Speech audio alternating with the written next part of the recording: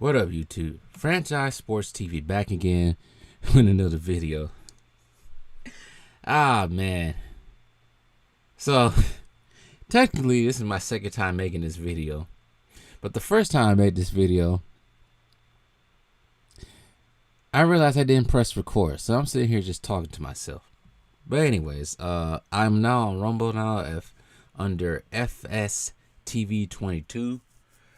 I use my Rumble for the most spicier joints that I cannot put on YouTube. But go over to Rumble and follow the Franchise Sports TV channel at FSTV22. And don't forget to also follow Basketball Effects on Rumble as well. I think his name is Basketball Effects Reloaded. And also Asa, the God of Power #1, coming out. That's a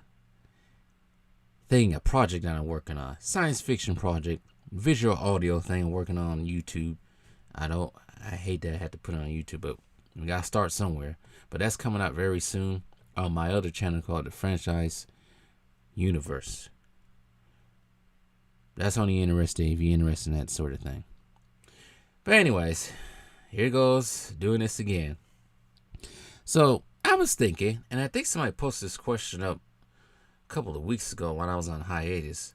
But I said, you know what? That sounds like a video topic. So I wonder, is Vince Carter a Hall of Famer? I think most people might say yes. Some people might say no based on his career after New Jersey. But you got to look at everything. The eye test, the statistics, the accomplishments, what he has done. As we all know, he was drafted in the 98 NBA draft. He was a first round, 5th round overall pick not by the Toronto Raptors, most people thought. He was actually drafted by the Golden State Warriors, but I think they traded for him, for Antoine Jameson on draft night. But the Raptors did struggle a lot his first 3 years, but he did end up winning Rookie of the Year, and he was also instrumental and leading the Raptors to their first ever playoff appearance in 2000 as well. And he, like I said, he won Rookie of the Year that year. His first year, averaged 18 points a game his rookie year. And we all know he was a high flyer. Some of us back then considered him to be the next Jordan. They even gave him the nickname instead of Air Jordan, Air Canada, Vinsanity, and all these other names. Not Linsanity, Vinsanity. And I also think that if his cousin, Tracy McGrady, got to the Hall of Fame, I think Vince Carter should. But anyways, we all know Vince Carter, like I just said, led the Toronto Raptors to their first playoff appearance ever. He also would lead them to their second playoff appearance ever. I think the first year they got swept by the Knicks. 3 games. And then the second year, they lost to I think they beat the Knicks in the 2000-2001 season. I think they beat the Knicks in 6 games. Or not 6 games. Can't do that. I think they beat the Knicks in 5 games. 4. I forgot. And then they would play the 76ers led by Allen Iverson and had that long, drawn-out, epic series. And if Vince Carter would have made that shot, Toronto Raptors would have made to their first conference finals appearance against the Milwaukee Bucks, but we all know that did not happen. But for most of Vince Carter's career in Toronto, he was a 20-point average player.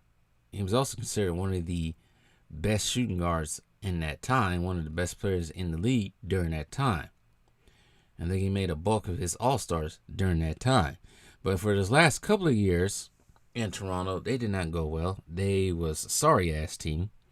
And we all know Vince Carter wanted to get the hell up out of there, and it turned into bad blood between Vince Carter and Toronto Raptors to the point that Vince Carter was traded to New Jersey Nets in make sure I got the season right, 2004-2005 season. And his first season in New Jersey, along with Jason Kidd as well, averaged 27.5 points per game, playing in 57 games. He had his highest three-point percentage also his first year.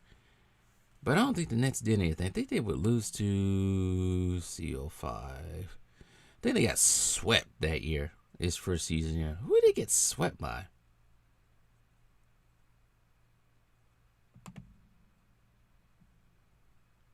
By the Heat. That's who they got swept by the first year. And it was 42-40. But each year, for at least 3 years, they would go to the playoffs. And they had his highest playoff average in points in 06, playing in 11 games, 29.6. And then in the 07 season, he had 22. But we don't know. Vince Carter's career was marred by injuries, going in from Toronto to New Jersey as well. Because I think one year, maybe not, maybe it was more Toronto than New Jersey. I think for most of his career in New Jersey, I think he was mostly healthy now looking at it now.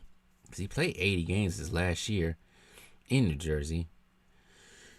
But he was still a high flyer when he got to New Jersey. I remember some of the dunks used to, after he had dunked, he used to rev his hands up like he was revving a motorcycle up. But then he was traded to the Orlando Magic 09 season, 010 season, when he was somewhat crucial to that team because that team actually got to the Eastern Conference Finals. But they would lose to the Boston Celtics in the Eastern Conference Finals 4-2. And that season, he averaged 16.6 per game. They also traded him for Hedo Turkoglu. It's also a big part of Orlando's finals run the previous year. He spent 2 seasons, 1.5 seasons in Orlando because I think he was traded to Phoenix. But his time in Orlando, Phoenix, he still averaged a good amount of points at 16 and 13. But when he got to Dallas, he started to drop off. I think he was out of his prime. He wasn't so much of the high flyer that we know him for, and he became more of a reserve player. But I remember him making that game-winning shot in the 14 playoffs against the eventual champion San Antonio Spurs. Some people probably forgot about Vince Carter by then, but he became a journeyman pretty much after he left Orlando. Because like you see, he went to Phoenix, he went to Dallas. I forgot he played even on Memphis for 3 years. Coming off the bench for them. He did start 15 games he started 1 game in the 14-15 season for Memphis. 3 games the next season. His last season in Memphis started in 15, averaging 8 points a game, playing at 73 games. Then he played 1 year in Sacramento, and he played 2 years in Atlanta. And his career, and I think his last year was cut short due to, we all know what happened to the 1920 season. I do not have to mention it, but that cut his career, his last year, short. As a career, he averaged 16.6 a game. Let me get that right. Make sure I'm reading the right one. 4 rebounds, 3 assists, and 1 steal. Played in 7 All-Star games, started in 5 of them, averaging 10. His playoff average is a little bit higher, of course. He averaged 18 points a game, 5 rebounds, and 3 assists. He had his highest three-point percentage in the 16 playoffs, but he only played in 4 games. Did Memphis get swept that year? Yeah, they got swept that year by the San Antonio Spurs. So that's why he played 4 games. He started in all 4 games too. And I think he had his highest shooting percentage in the regular season in Orlando. And had his highest 3-point percentage in New Jersey. But let's see here. Because he did break some records. Like I said, he's an 8-time All-Star. He's an Olympic gold medalist.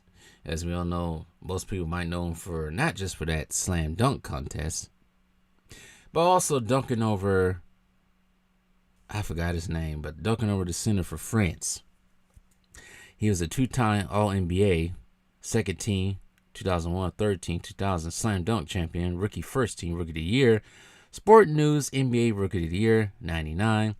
I think it's a Timon Stokes Teammate of the Year Award 2016, NBA Sportsmanship Award 2020. He has held some NBA playoff records. I can't talk. Most three-point field goals made in one half against the 76ers in the playoff game. Most consecutive three-point field goals made in one game, same game, with 8. Most consecutive three-point field goals made in one half, 8.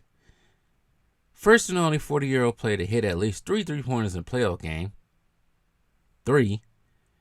April 22nd, 2017 against the San Antonio Spurs. The same, they didn't get swept that year. First round. He does hold a couple of Toronto Raptors franchise records. Most points scored in the season, 2000, 99-2000 season. Most points scored in the playoff game, 50. Surprised that has not been beat. Looking at DeMar DeRozan, Kawhi Leonard, he played 1 year there. Highest franchise, I can't even talk right now. Highest franchise career points per game, 23.4. Highest points per game in the season, 27.6. Most field goals made in the season, 788. Most field goals made in the game, 20. Most minutes played in the game, 63. 2000 gets the Sacramento Kings. He does have one New Jersey franchise record. Most points scored in the season, 2006-07 season. Career highs in points, 51 twice. Field goals made, 20 against my Milwaukee Bucks in 2000. 3-point field goals made, 9 when he was on New Jersey against the Memphis Grizzlies. Free throws made, 23. And you know the line a lot against Miami in 05. Rebounds, 16 in 07. 14 assists against my Milwaukee Bucks again, July 9th, 2009. He grabbed 6 steals 5 times in his career. 6 blocks against the Chicago Bulls in 1999. He was also the cover of NBA Live, 2004, Inside Drive. He was in Like Mike.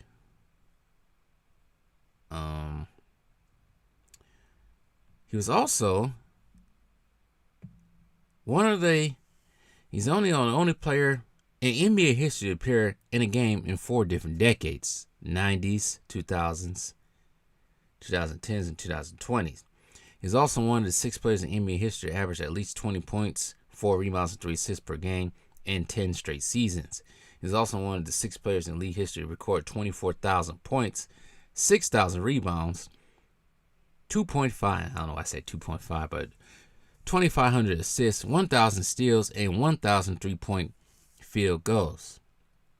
And I think most people who do score above at least, let's say, 22,000 points per game, not per game, but career total, usually they get to the Hall of Fame.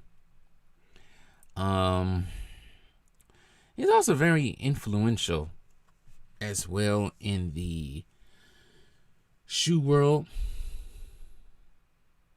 I forgot he used to be signed with Puma. Puma Vansanity. But he broke his contract with Puma, signing his shoes were hurting his feet, and played out the rest of his career. I remember in the slam dunk contest he was wearing And1s. But his first signature shoe was the Nike Shox. He also popularized the Nike Shox too, because I know everybody wanted those back then. Actually, I'm looking at it right now, so I kind of stopped. I actually got a pair of those Nike Shox in my room as I'm sitting here looking at my Vince Carter jersey as well. But during his final season, he did wear those Shox again. But to sum it all up,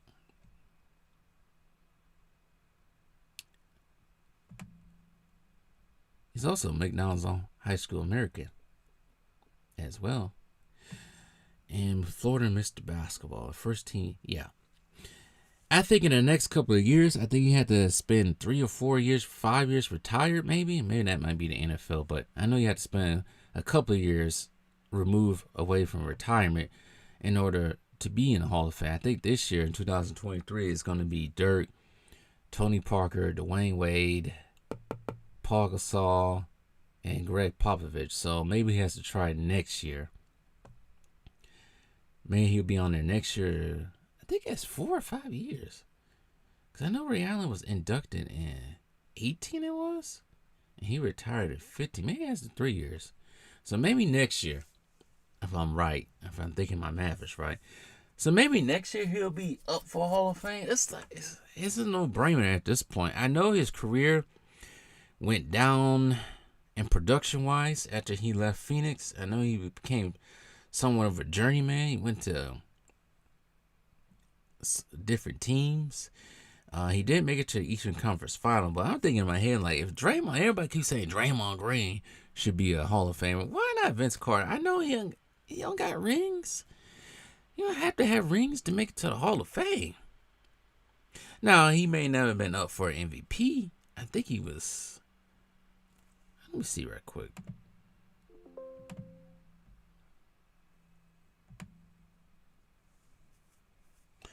Let me see right here real quick.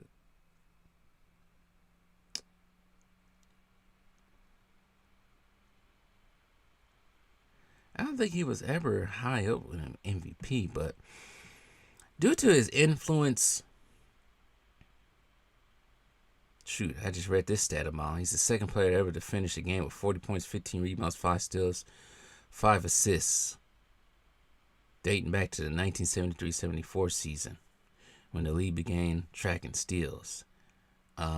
He also shared this record with Charles Barkley, who did this in 1988 as the second player ever to finish. Yeah. That's the same record as well. But, yeah, I seriously think that he should be in the Hall of Fame in the next couple of years. There's no doubt he should be. T-Mac can be in there. I think Vince Carter can be in there as well. But, tell me what you guys think. Do you think Vince Carter is a Hall of Famer?